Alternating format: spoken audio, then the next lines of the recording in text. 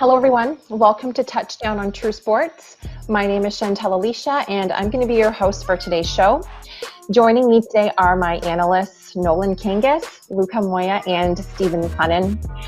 Today, we're going to be giving you some insight on a few key games that took place in Week 14 and what's to come in Week 15, because I believe we have a couple of exciting matchups this coming Saturday, actually. So let's start off by discussing Baltimore versus Cleveland game.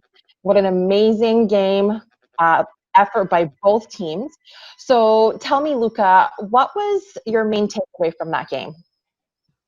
I have a couple, Chantel. Number one, what a game, guys. I mean, I'm watching that game and I'm thinking we haven't seen a fourth quarter this back and forth in a long time. It's just so exciting to watch.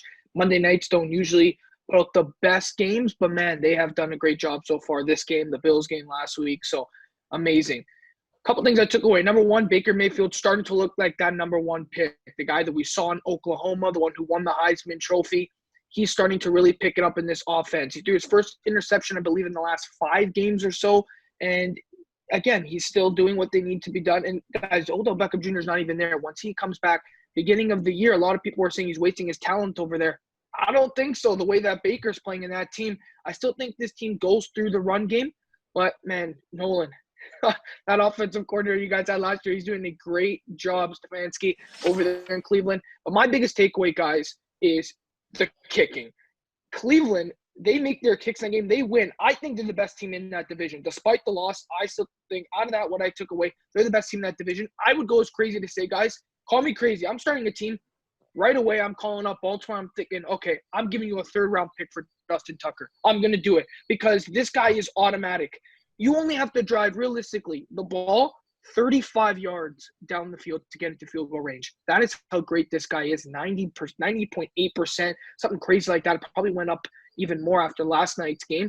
The kicking is what screwed Cleveland. And when you're looking at contenders, guys, in this league, I think we really got to look at which team has good kickers because it can come down to a kick. We've seen it so many times, teams losing because their kicker. Nolan, you've probably felt the most pain this weekend, right? Your kicker threw away, 10 points it was? I think right now, looking at the NFL, you have an elite kicker, you're automatically a contender if your team can get in position. They don't have to be great offensively. All you got to do, like I said, drive the ball 35 yards down the field, you get 3 points. Yeah, it was a crazy game, man. Can't even lie about that. For me, my first takeaway from this game is $235 that went in my pocket because I had the weekly picks and I took Baltimore while everybody else took Cleveland. Yo, my heart was beating out of my chest. But the next one on top of that, the next big thing that happened in that game, Lamar Jackson seizing the moment. The entire game seemed like it was old Lamar Jackson from last year, the MVP that we grew to love. Seeing him out there, it was crazy. Just even with the storybook ending, the way things went down, he leaves with a cramp or the Paul Pierce moment, as we call it nowadays. He leaves to go back and get some treatment. And then everyone's looking around. Where's Lamar? Where's Lamar? McSorley comes in. He gets injured. 4th down. What's going to happen? My God, here he comes. Back down the tunnel on his Willis Reed moment. He's about to seize the moment, and he came in, touchdown. He came in, got them to where they need to go, and it was like the whole momentum shifted when Lamar came back, and it was just great to see that for the entire team because they need these games headed into this playoff rush right now. Headed down the line, they're looking ahead.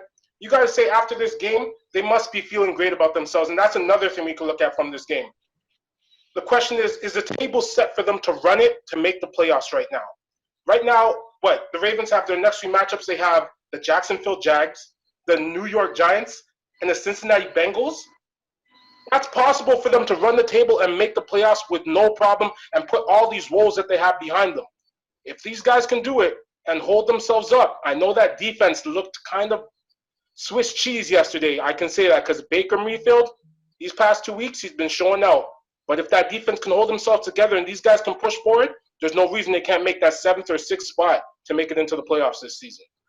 I think these are the 2 best teams in the division, and I just don't know who to put at number 1. Because you look at Baltimore, their offense looks like they're back. We saw, I know it was against Dallas, they had nearly 300 yards on the ground. Again, we see Monday night, 231 against Cleveland's defense, who is supposed to be getting better on the front, their back end, we know, has been banged up all season long. So for me, Lamar is finally not yet that MVP form that he was, but he's seeing the right holes. He's scrambling a lot more, and he was terrific on the ground.